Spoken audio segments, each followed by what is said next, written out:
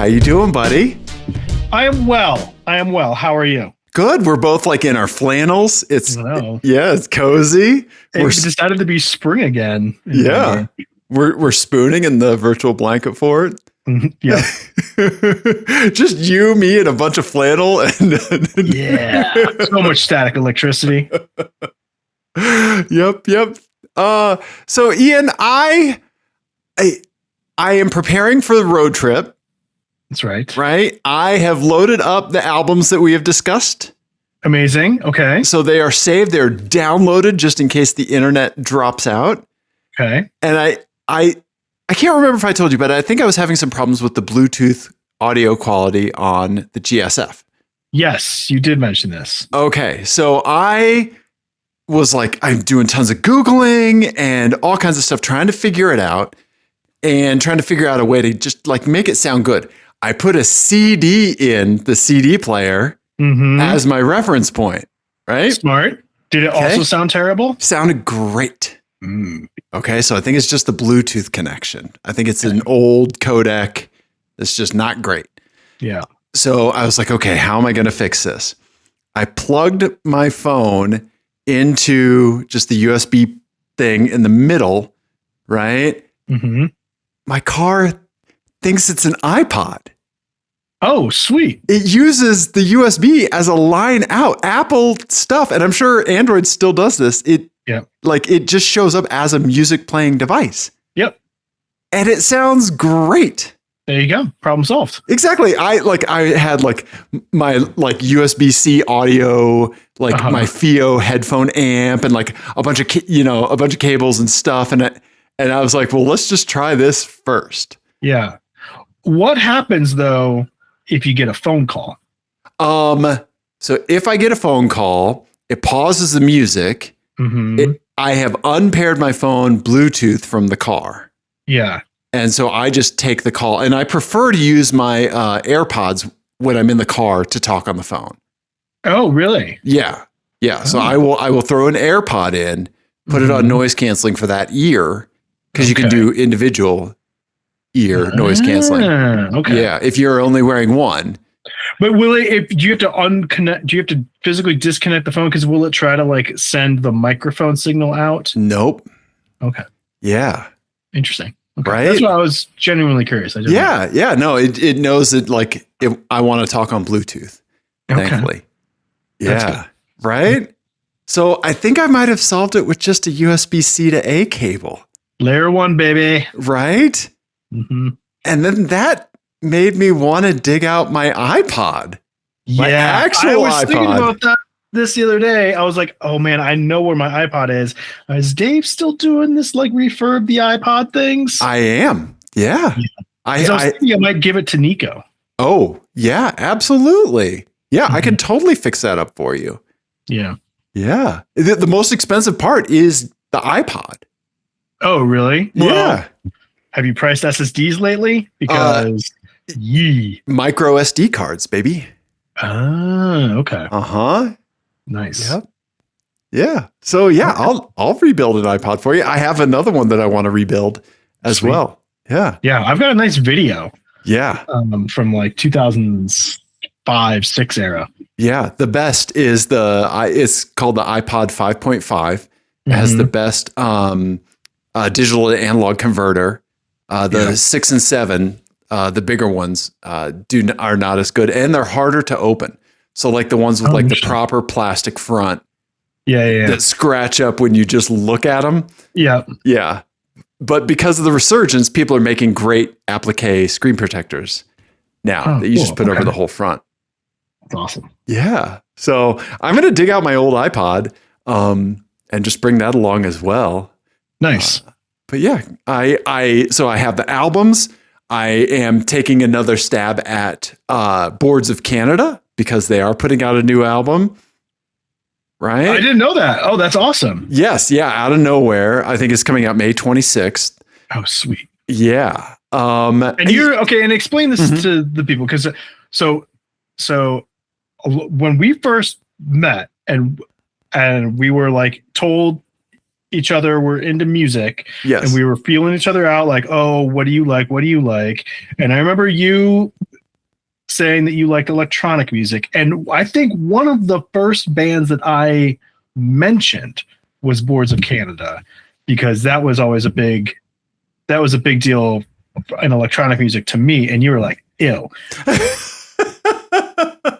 And I don't think I ever fully understood why, because you like other ambient adjacent stuff. Everything around it.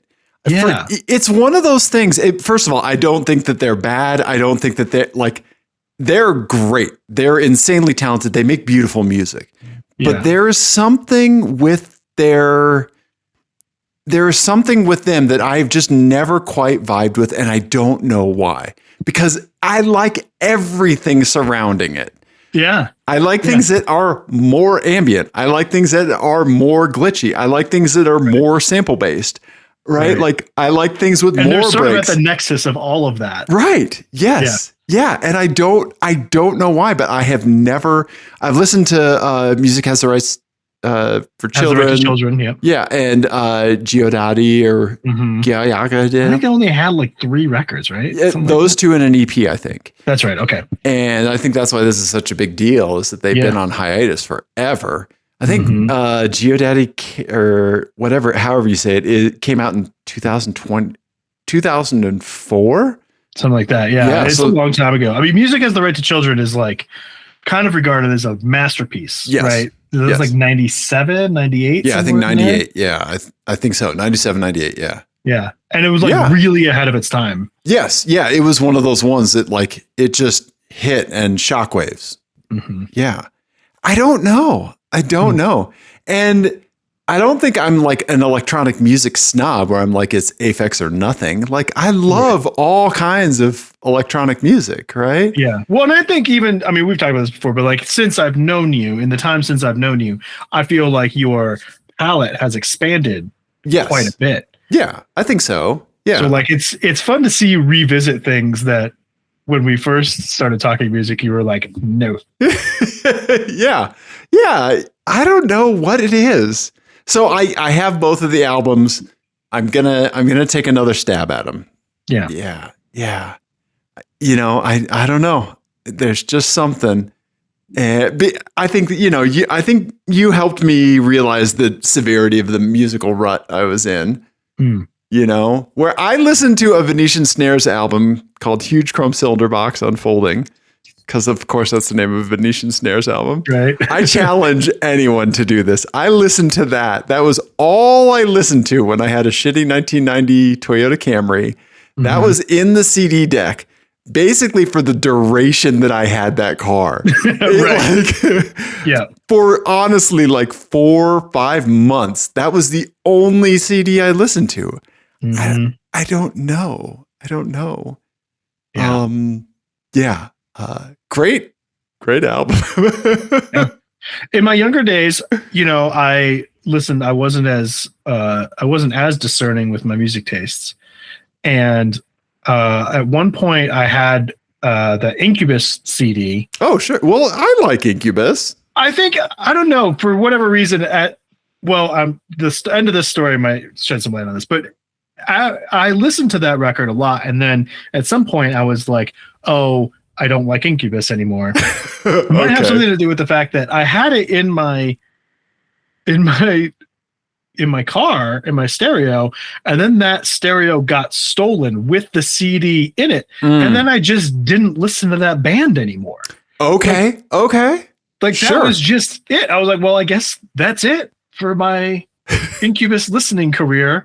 The CD got stolen with the stereo. I guess that's it. Yeah.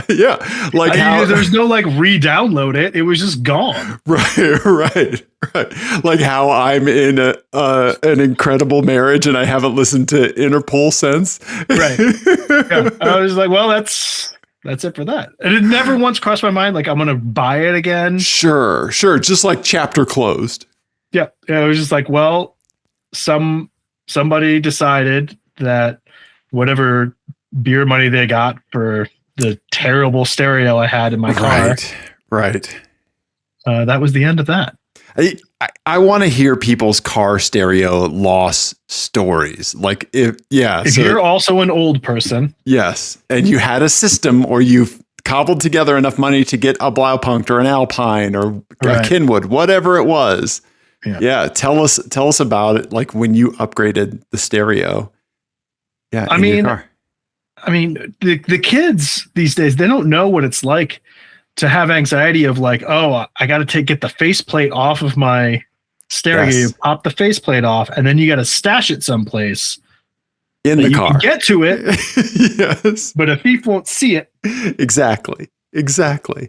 Yeah. The audio equivalent of the club, or a or a picture of the club taped to your steering wheel. Right. Basically. Yeah. Uh-huh. I mean, it's just like a lock on any. I saw somebody say this really succinctly. I don't remember who it was, but like a lock is a social contract, right? Like, yes, it's really not doing much. It's basically a, hey man, come on. Yes, right? You're exactly right. Like a public restroom door is basically a social contract. Right. That you don't prop it open and be like, hey, look what this guy's doing in here. Or you shove the person off of the throne. My turn. Yeah. A lock on your front door is real. Like if somebody wants to get in, they're gonna get in. Yes, exactly. But you're just saying like, hey man, come on, be cool. Right. I'm trying. Can you try to not? Yes. Right. And that's what the faceplate off, because they wanted your stereo. Yes, they did. Because it had value. Yes. For like 10 years. It was a thing with value.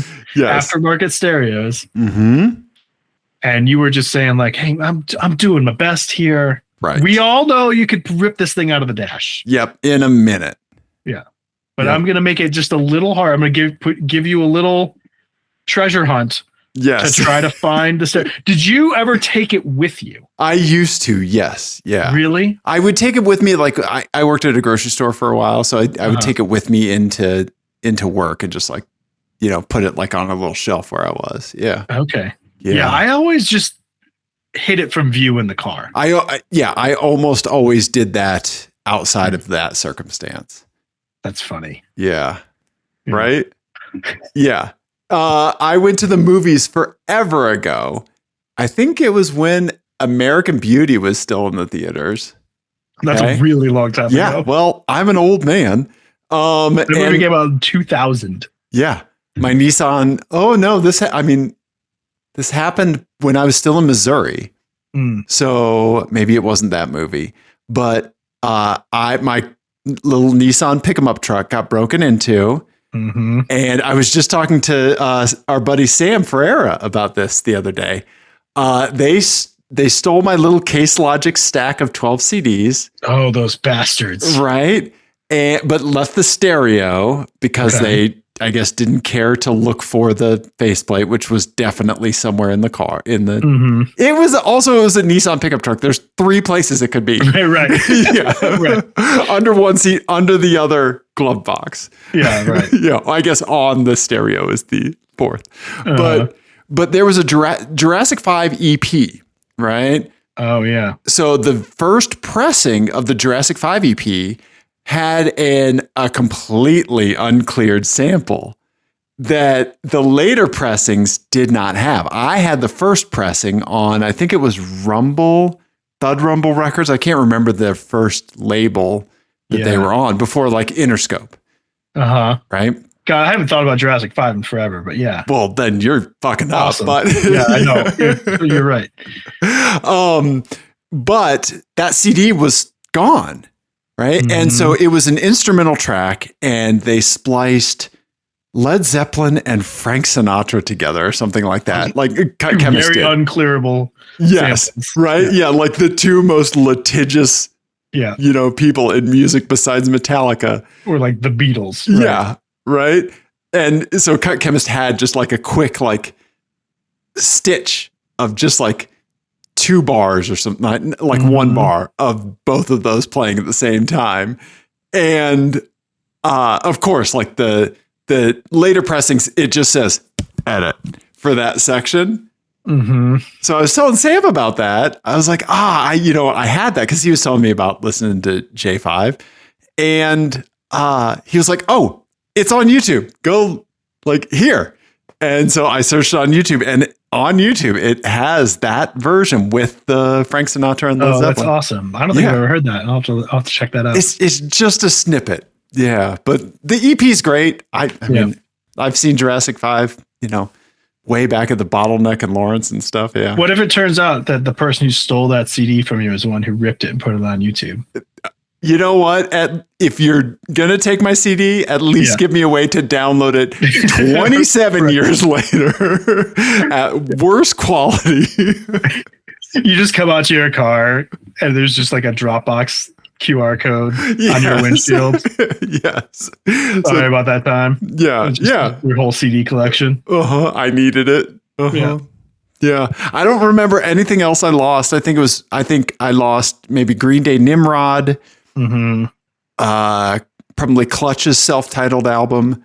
Yeah. That was stuff in heavy rotation for me at that time. Orange 9mm, Driver Not Included. That's so funny. Stuff like that. Yeah. Yeah. I definitely had like a handful of CDs that were like just always in and out of my car. Mm-hmm. Right. Like when I was like 19, 20, like that sort of age range. Growing up, like being like the religion just being shoved down my throat. That's where I hid CDs like Rage Against the Machine and stuff like that. I had to keep that stuff in my car. I lied to my parents when I went to go see Rage Against the Machine in concert. I couldn't tell them, What did you tell them you were going to go see? Some other like band at Boone. Yeah. Yes. Yeah. I think it was a Lawrence or Kansas City band called Frog Pond that was fronted by a female lead. Yeah. Like kind of like a Luscious Jackson kind of. Oh, okay. That sounds great. Yeah. Frog Pond. I love Luscious Jackson. Yeah. So car audio and like what we went through to get our music in a listenable fashion. Yeah. It was a whole thing. Also, this is a little bit of foreshadowing to my album later on in the show. Oh, nice. A little bit of 90s nostalgia. So we'll come back to that. I dig that. I dig that. Oh, I know what you do. Yeah. I know what you like. Did you ever install a subwoofer specifically in your car? Did you ever do a sub, or did you just kind of like do upgraded speakers? No, I fixed speakers. Okay. I never really got into the car audio thing. Yeah. I kind of missed the car audio thing because I was too busy just trying to keep my car running. Oh, okay. That was what I was spending the money on, was just keeping it moving. Okay. I didn't have to because Nissan pickup truck. You were smarter than me. No, I was issued that. It wasn't my choice. Well, whoever issued it to you was smarter than whoever issued me my first car. Thank you, Father. Yeah. Yeah. So yeah, I did not really do that. I did head units and I fixed speakers. I don't even think I ever did an amp or anything like that. Really? Okay. Yeah. I mean, let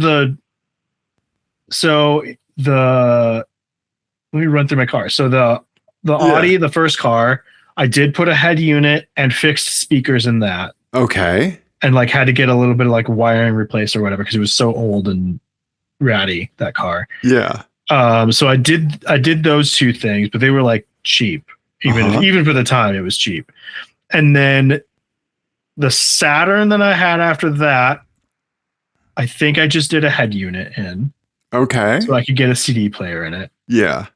And then the SHO, I think if I remember right, I don't think I replaced the stereo in that. I think I used the trunk CD changer thing. Okay. Or did it might have been in the dash. I can't remember, but it had a six disc changer. Okay. And I rocked that. And sure. At that point, that was only like 10 years old. So okay. I had that. And then after that, I had a Subaru Impreza, and that I did replace the head unit in that as well. So yeah, no, I never did a sub. Okay. I did amps. I I had a 6.5 and tweeter Boston Acoustics component set with JL audio crossovers that I moved through like 3 different cars, 2 Nissans and a Toyota. I did a sub. The only sub I ever did was in Dusty Rusty. Do you remember I had that Infinity bass link in the back of that? Yeah, I remember that. That was great. Hatchback. Yeah, it did sound good. Right? Yeah. I did have, I mean, just so I wasn't totally out of touch with that era. I did have several friends when I was in the military that were very into the car audio. Sure. Yes. thing. Yeah. One guy with a Prelude who had a ridiculous stereo in that thing. And then another friend who had an old Cadillac. He was from Houston, and this was like early 2000s. So this was like scissor up, like yes, like cough syrup. Yes, hip hop from Houston era. Yeah. So he would just every time he went home, he would come back with new mixtapes, and you would be able to hear it from across the base. It's like the size of the sub, because I mean those old caddies had huge trunks. Right. His entire trunk was audio equipment. It was by far the most valuable part of that car was the stereo. It was ridiculous. I'm pretty sure I have permanent hearing damage from one trip, the 2 miles from work back to the dorm that I can think of in particular. I'm sure you do. Yeah. God, we used to listen to our stereo so loud. We should never have done that. Right. And also, like, anytime anyone's being like overly reverent about like, thank you for your service or anything like that, all I think about are all the morons that I was at the Air Force with who spent their entire paychecks putting a like $10,000 stereo into a $2,000 car. Yep. Hey, run what you brung. Or my other friend who spent, I'm pretty sure he's probably still destitute from the B4 S4 that he had with the twin turbos and all of that. And he had it boosted to the moon. Yes. It was crazy fast and super fun, but it blew up real good. He blew it up so bad. That car had a fetish for making metal connect to other metal. Yeah. It was bad. I mean, it was just the worst possible car for like a 20-year-old kid. Oh yeah. And that was like that was the hot car of that era. Yeah. Right. Yeah. Yeah. Cause this is kind of like coming in post like 4.6 liter Mustang. Like Mustang was kind of, well, and the WRXs were still like new enough at that time. Yeah. Weirdly, like those cars were cheaper than like WRXs or like 350Zs or whatever. Yeah. So you can get those B4 S4s for like not much money because everybody knew they were going to blow up at any second. Yes. And then of course the first thing you do is you put a huge ridiculous tune on it. Yes. And boost it like crazy. What do you know? It breaks. Yep. Cars are pain. Anyway, nostalgia is a garbage emotion. It is. But I love thinking about those times, man. I love thinking about just I don't know, just putting that energy into that, like getting a good sounding car audio system. I think that there's so many times where like, I don't know. There's just a different feeling that you get than I get from like the Mark Levinson system in my GSF. Cool, right? Well, and I do think there's something to be said about like how special it was to have good sounding audio in your car. Yes, like that was still a novel thing. Like as late as the early 2000s, that was like a novel thing to have good sounding audio in your car or good sounding audio available to you, period. Like tapes were fucking garbage. Correct. Your other option was FM radio, which also sounds like shit.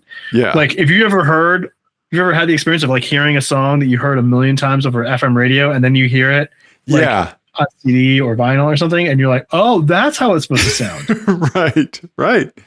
Yeah. But like CDs in cars was like a kind of a big change. And if you were a young person in the 90s, it's likely that the first car you had with a real CD player was like the late 90s, early 2000s. Yeah. They had been in the car since like the late 80s, but like if you were young then, and once the physical media, once it was stolen from you, it was gone. Right. Yeah. So I think we take it for granted now that you have the lossless audio. You could download it on demand. Right. Wherever, whenever. And we all walk around with really great headphones now and all that. Yes. And that was not a thing then. Right. No. I beat Jane's addiction ritual de lo habitual into the ground with the shittiest headphones. Right. On a Walkman. Yeah. Right. Yeah. I don't know, man. It's so wild. It's crazy. And also remember that there was an insane, weird middle era where Bluetooth was not in cars. And so people were just figuring out how to put Bluetooth portable speakers in a place in their car where they wouldn't like go flying around as they were driving around. Yeah. I mean, honestly, I think we should bring the aux cord back. I think the aux cord 1,000% was the best median solution, right? Well, then also that would require aux cords to be on fucking phones, right? Headphone out, which I am a huge advocate that headphone out should be on a phone. I agree. Old man yells at clouds. Yeah. Right. Bring Google Reader back. I do have an aux in, an actual 1/8" aux in on the GSF. So there you go. that was what I was gonna try. Should the iPod stuff not work out, or phone as iPod? Yeah. But I was prepared. I had an aux in the passenger seat ready to go. I love it. But yeah.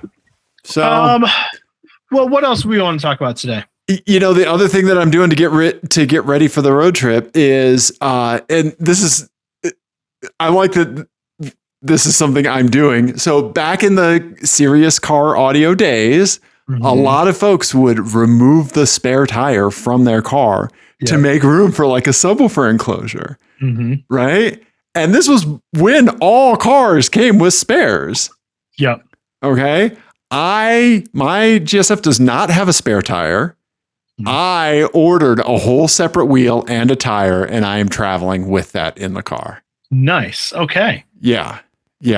So are you removing speakers to fit it? No, I am not. Yes, I'm taking out my 4 18-inch MTX Thunder subs.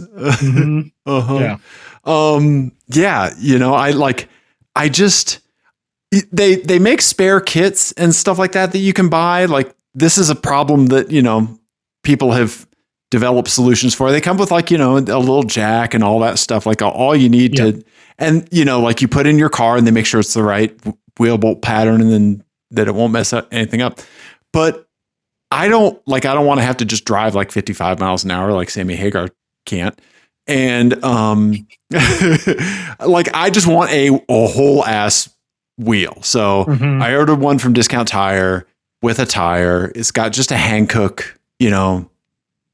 all-ish season, whatever on it. I get you to the tire shop tire. Or finish the road trip and then take care of it when I'm at home tire. Right? That's the idea, So so I got to go pick that up probably tomorrow. Nice. And then kind of pack some stuff for that. But like I'm making my own spare tire kit.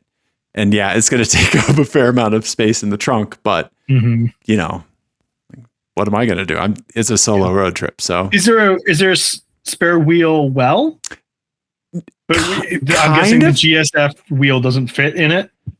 Kind of. So like there is like a spare-ish area, and you can actually get like you can get a factory spare tire kit. Oh, but you have to get it there. They were Japanese or Canadian parts. They weren't US domestic market parts. Right. And it drastically changes the space in your trunk because it covers it up, with the carpet and all that stuff.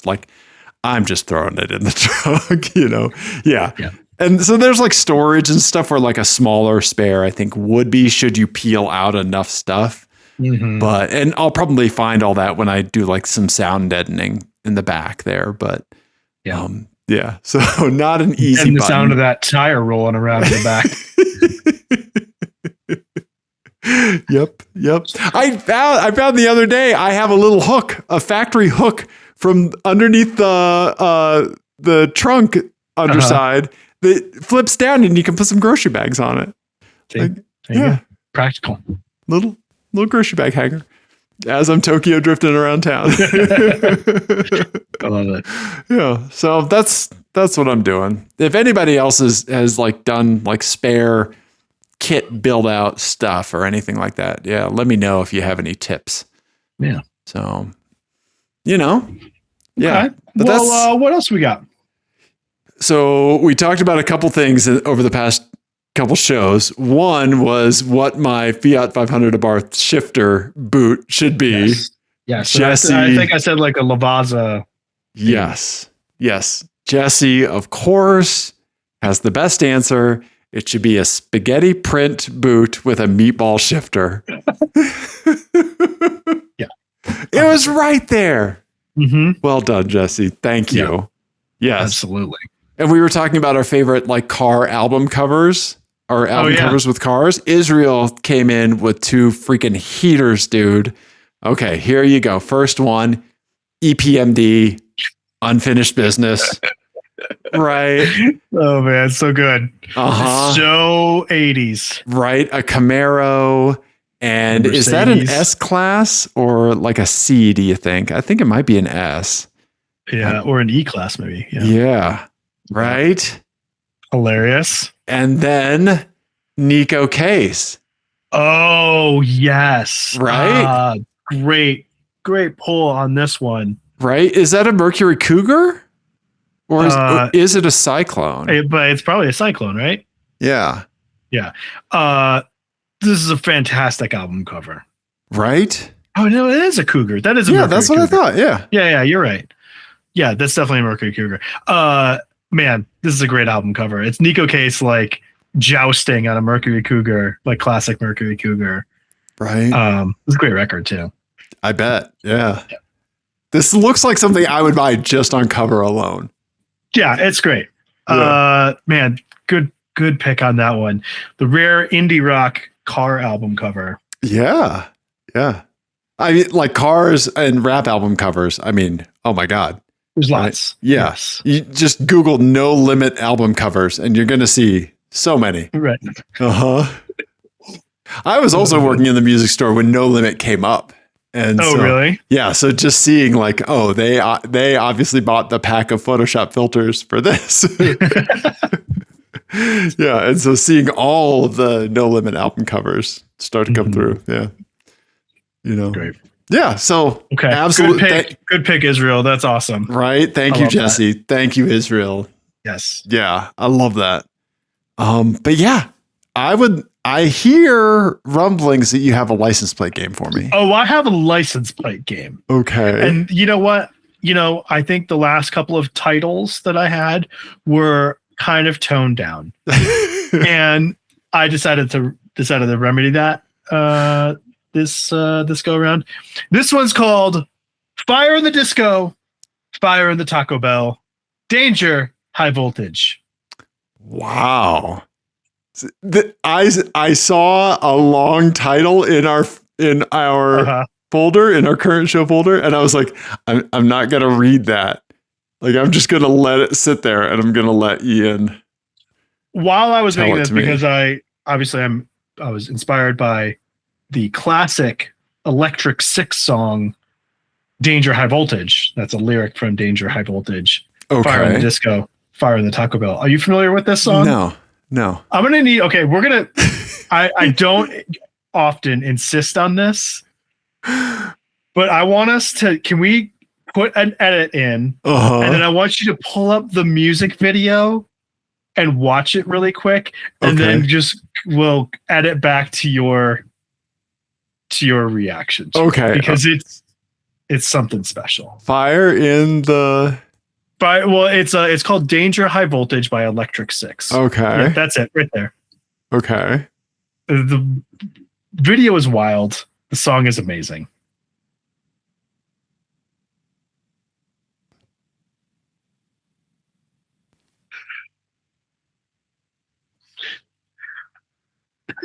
What is with his crotch? Just wait. Just wait.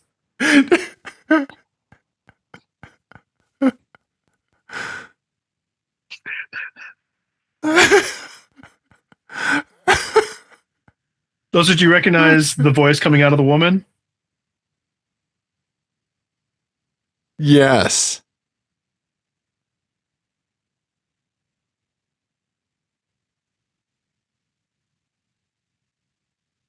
Who is it? Jack White. Oh, okay. Yes. This is a Detroit band. So Jack White.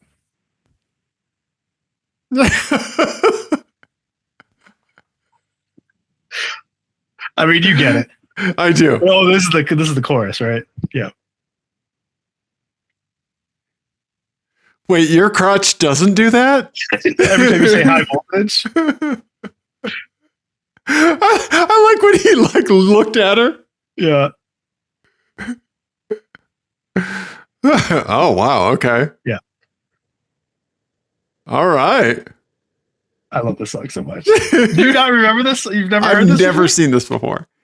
You've never heard this before? I've never heard this before. Huh. Yeah. Okay. Yeah. That's surprising. Okay, I'm sorry. We can go back now. I'm sorry.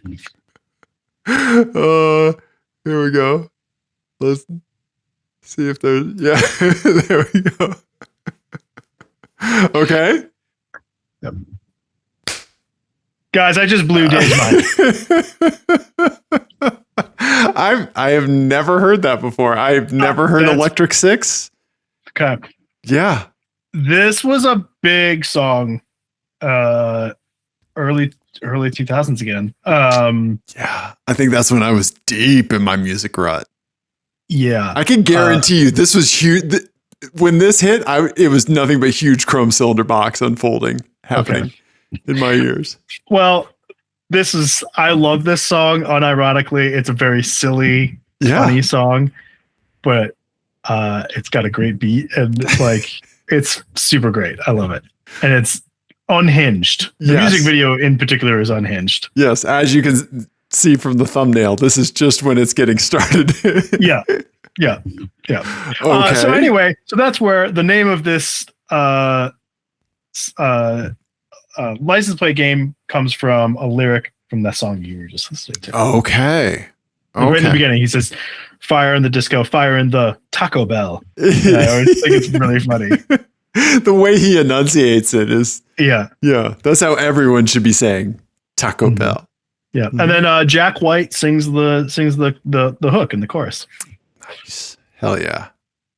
Anyway, so this one's called Fire in the Disco, Fire in the Taco Bell, Danger, High Voltage. Okay, let's do it. If somebody's crotch isn't illuminated, I don't care. Oh, wow. Okay. Yeah. So we've got some electric cars. Wow. Okay. Oh boy, we do have electric cars. This is a crazy one. These are some unhinged cars and plates. Holy shit. So these are all EVs. Up top, we have a Cybertruck. Mm-hmm. In the middle, we have a Cybertruck with like a marble wrap. Yeah. Not like marbles like cat's eye, but like marble countertop wrap. Mm-hmm. And is that a flying spaghetti monster? Oh, we'll get to that. It's something different. Okay.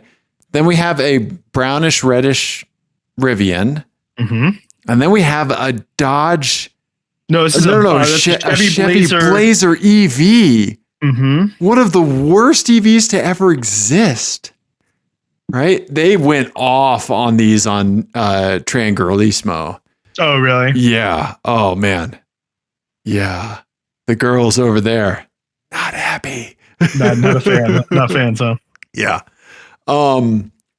Wow. Okay. And then the plates. Holy shit. Elon Who, Form AI, FORMAI, and then Power Gay.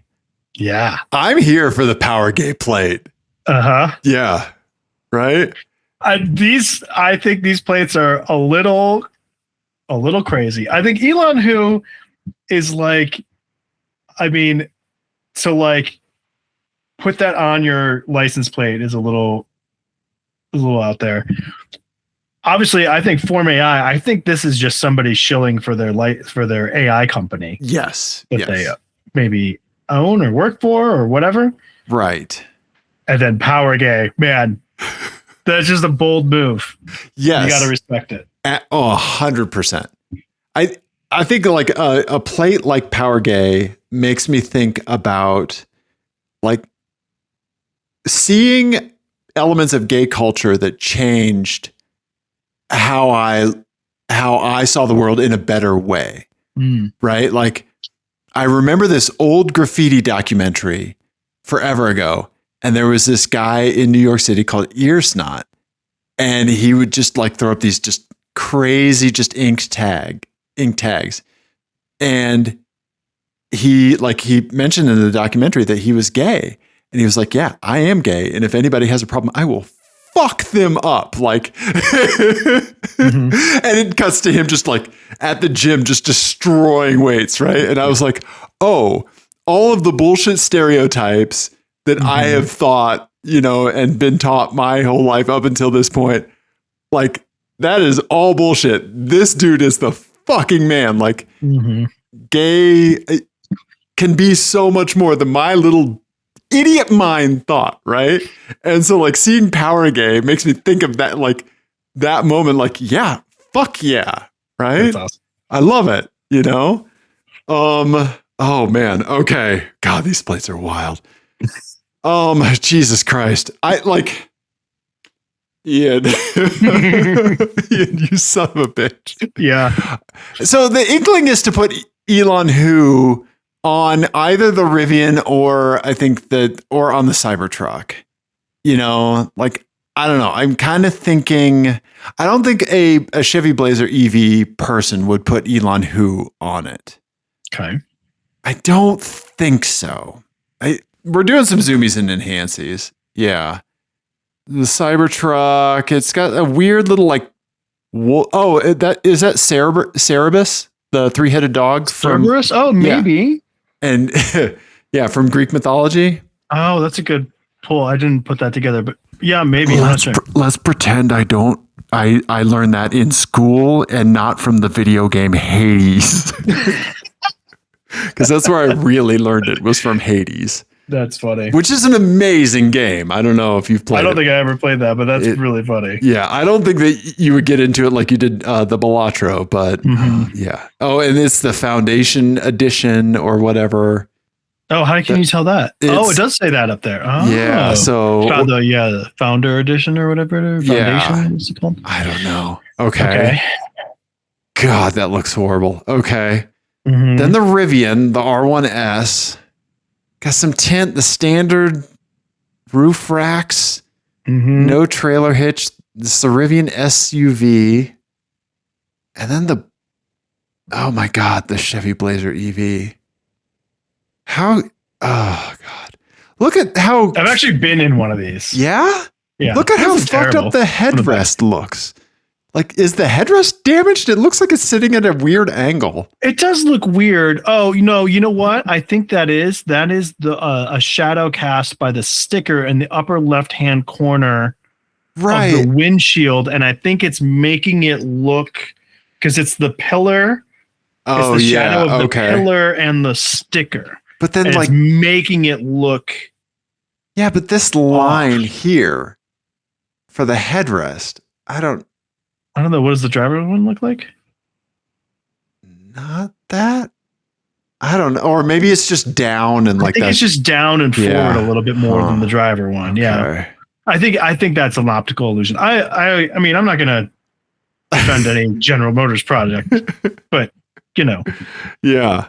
I think it's not. I don't think it's that bad. Well, they don't make good choices because they're at Brothers Barbecue also. Hey, now Uh-huh. I eat at Brothers Barbecue. I'm sorry. No, when I went in there, they had some sauce bottles on the wall from KC, so they're showing some respect. Yeah, I don't know, man. Oh my God, Ian, this one is Elon Hu, Form AI, and Power Gay. Okay. All right, I want to put Form AI on the Blazer EV because I think that maybe somehow they got that to be a company car, and maybe that's it. It's either that or on the Rivian. I'm going Blazer EV though. Okay. I'm going Power Gay on the Cybertruck, I guess. Okay. And then Elon Hu on the Rivian because I think that they're like, yeah, this is the other big electric car. Okay. I don't know, man. I don't know. Okay. How are you feeling about this one? Not good, Ian.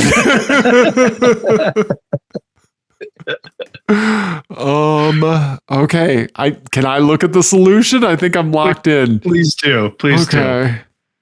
do. Dave, I have terrible news. Oh my God. I got them all wrong. I got them all wrong. I love how they're saying Elon Hu on the Blazer EV. That car is going to burn down around that plate. You know what, though? I think that the reason for that is one thing you got to think of, like, that's a car that just came out. Uh-huh. So we're into the normies know that Elon is problematic now. Yes. Okay. Normies buy this car. People are cross shopping this. In normal times, they would cross shop this with like a Model Y. Yes. Yes. Right. So I think that's the explanation there. Mm-hmm. Right. This is like an MSNBC mom. Yes. Who's driving this car. Sure. And I think Form AI, like, if you think about, like, and I looked up this company. Okay. It's an AI for fitness startup. Oh, I should have Googled it. That would have put it on the Cybertruck instantly. Right. Yes. I mean, you have we're going to disrupt fitness with AI models. Yes. Is like such a Cybertruck brain thing. I've never heard of anything else more Cybertrucky. Right. And then I think Power Gay on the Rivian really fits pretty well. Yeah. I think that, like, if you're a gunkle, like the Rivian is your absolute truck. I will say I nearly caused an accident trying to get Power Gay, which is part of the reason why it's all askew. Uh-huh.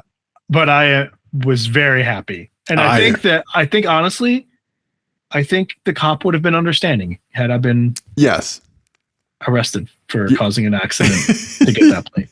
Yeah, you would have shown them your camera roll like we were discussing before the show. Right.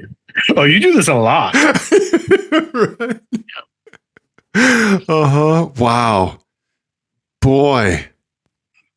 Ian. I thought this was a pretty good one. I think it's great. I think that you nailed the reasoning. I keep thinking about this tweet I saw the other day where somebody said, like, whenever you see a Cybertruck, there's never a family inside of it. It's just always one lonely dude. Yeah. Right. I will say, we haven't talked about it on the show. Have you seen the regular car reviews that came out recently of the Cybertruck? That has the thumbnail image bootlicker. Yes. It says bootlicker. I've only watched a snippet from it. I haven't watched the whole thing yet. It is some of his best work in a long time. It's so good. It's so satisfying. It's like, you remember in 2020 when we all had this everyone of course had all this like pent up anger and everything else, and then Run the Jewels 4 came out. Yes. And we were like, yes! Right. Like, so it had like Just on it and like all these like righteous anger. And I think Fiona Apple, the bolt cutters, also kind of filled this role of like being like this righteous fury. it felt like that. It felt very cathartic to watch, even just to watch it. It was really, really good. Yeah. Nice. So yeah, highly recommend. Yeah, turn this shit off. Go watch regular car reviews. Yeah. Review of the Cybertruck. It's amazing. I'm making a note, so I will put a link in the YouTube description. Yeah. Yeah. RCR Cybertruck. Okay. Truck. I'm spelling truck with a bunch of U's and a bunch of K's. Yeah. Truck. Okay. And then after watching the regular car reviews, do you like, I hear his voice in my head. Mm-hmm. I hear Brian's voice in my head. Oh yeah. Yeah. Like I have that aphantasia where I can't visualize things. I can't see, think of pictures, but I can hear tonality and I can hear things just like they sound in my head. Mm-hmm. Can I recreate that? Can I sing? No, I cannot. But it's like somebody who can imagine an incredible picture, but they can't draw it. Right. But like I hear Brian's head and like I talk to myself in his voice. Mm-hmm. After watching one of those for like a week. It's infectious. His voice is so good. It is, yeah. Yeah. Oh, God, he's the best. Absolutely. Right? Dave, what do you think? Should we do album of the week? I want your 90s nostalgia bullshit right in my ear holes. Well, it's 90s nostalgia and new shit kind of. Yeah, you're losing me. No. You're going to like this. I'm sure I will, yeah. And you probably have already listened to this. This came out like maybe a week or two ago, a couple weeks ago. When this comes out, it will have been out for a little while. Have you listened to 9 Inch Noize? I watched a bit of their Coachella performance. Okay. They released an album version. Okay. That has like some of it is directly from the Coachella thing. Okay. And some of it is just like remixes that they've done, that they've collaborated on together. Okay. It is a shitload of fun. I had not watched any of the like Coachella stuff, so I was coming into it cold and I just listened to the record. Okay. I think it's a ton of fun. Okay. I don't know I honestly don't know what your relationship with 9 Inch Nails is. Where are you with 9 Inch Nails? I don't know if we've ever talked about this. I think that is a fair question to ask just an average white dude that you run into. What's your personal relationship with Trent Reznor instead of Jesus Christ? Yeah. So I for some reason industrial never really got me. Oh, I went through a big industrial phase. Did you go front 242 and like did you go Frontline Assembly? Gary Newman's later stuff. Okay, Fetus? I don't think I ever did Fetus. Okay. I did Typo Negative. Okay. All that sort of stuff. Yeah. Okay. Well, Fetus is J.G. Thirlwell that did all the Venture Brothers music. He's an industrial legend. Okay. And all of the stuff he composed for the Venture Brothers rules. Nice. Okay. But yeah, so I mean, he's in that whole Front 242, Typo Neg vein. But I don't know. There was just like when Closer hit, of course. Like I love it. Right. Like you give me a weird synth in a song, I'm gonna listen to it. And like a cool bass line, like that, the bass in that stuff from that era was so good. Yeah. Like I saw 9 Inch Nails live and I loved it. I saw them at the Fillmore. They were great. Yeah. I saw them at Red Rocks and it was one of the best shows I've ever seen. I 100%. Yeah. Believe that. Yeah. Because like it starts with an energy where you're like, well, this is going to taper off at some point. And all it does is go up further from there. Yeah. Yeah. I don't remember the name of the drummer that they had with them, but he was the most incredible drummer I've ever seen live. It was ridiculous. This guy. It's like watching someone start a marathon at a full sprint. Yeah. Totally. Yeah. But yeah, so I don't know. I just never really like found myself kind of going back to it after that like initial period. I did like the what was the stuff that he did? The Fragile. I did like that. And I loved the photography I am a Fragile. I am a big apologist for The Fragile. Yes. Yeah. That whole it's a double record. Yep. It was controversial when it came out because it was this follow-up to Downward Spiral. Right. And it was this big, like, it was kind of seen as like a little bit bloated. And it was sort of like the last like indulgent double album of the pre-Napster era. It was like right when Napster happened and all of that, The Fragile came out, and it was sort of like the last like indulgent rock star double album of that era. Yes. And it was, I don't think it was really loved that much, but I love that record a lot. And so my sort of like arc with Nine Inch Nails was, when I was a kid, I loved it. Mm-hmm. And I even before like I knew like what industrial was, or like it was a few years before I started going backwards and figuring out like where all this music came from. Like I heard Nine Inch Nails before I heard New Order. Sure. Any of that stuff. Yeah. And then I think I got to an age where I thought I was supposed to be embarrassed by Nine Inch Nails. Like I thought I was supposed to be. I think I went through a similar thing with Rage Against the Machine. Yeah. Yeah. And a couple other bands. I would say Tool I would put in this category too. Sure. Yep. Where I was like, oh, this is like adolescent boy stuff. Right. And I'm not supposed to like this anymore. Right. And then as I got older, I went back to it a little bit and I was like, oh no, this shit rules. Yeah. Like there's some stuff that I listened to when I was a kid that I'm embarrassed by. Like, of course, Stabbing Westward. Jesus. But man, Nine Inch Nails holds up, and even his later stuff, I really dig. Okay. So yeah, I like this this collaboration thing. I think it's a lot of fun because it's a lot of like just dirtier sounds with the songs that you know. Okay. So, and I was not familiar with the Noise Boys. Yeah. Before this. So no. Yeah. Boys Noise. Sorry, Boys Noise. Yeah. Me neither. Yeah. So anyway, check this out. I think it's a lot of fun. Okay. Curious to hear what you think about it. Sure. Yeah. As a only sometimes Nine Inch Nails fan. Yeah. Have you listened to any of their EP? They're like the EPs that came out like 6-7 years ago. No, I missed those. What was the thing that came out after The Fragile that was like the big free album? So they had Ghosts. That might have been Ghosts. There was like Year Zero. I think it was Ghosts. It was Ghosts 1 through 4 because there was a bunch of like the some of that was ambient. Okay.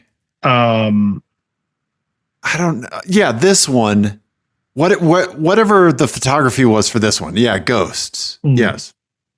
Yeah. Yeah, that was like a little run of like EPs that he put out. That the photography captivated me for the whole thing. Yeah. Yeah. He has a song that came out what is this? 27 oh god, almost 10 years ago already. Yeah. Called it's on an EP called Ad Violence called The Background World. Okay.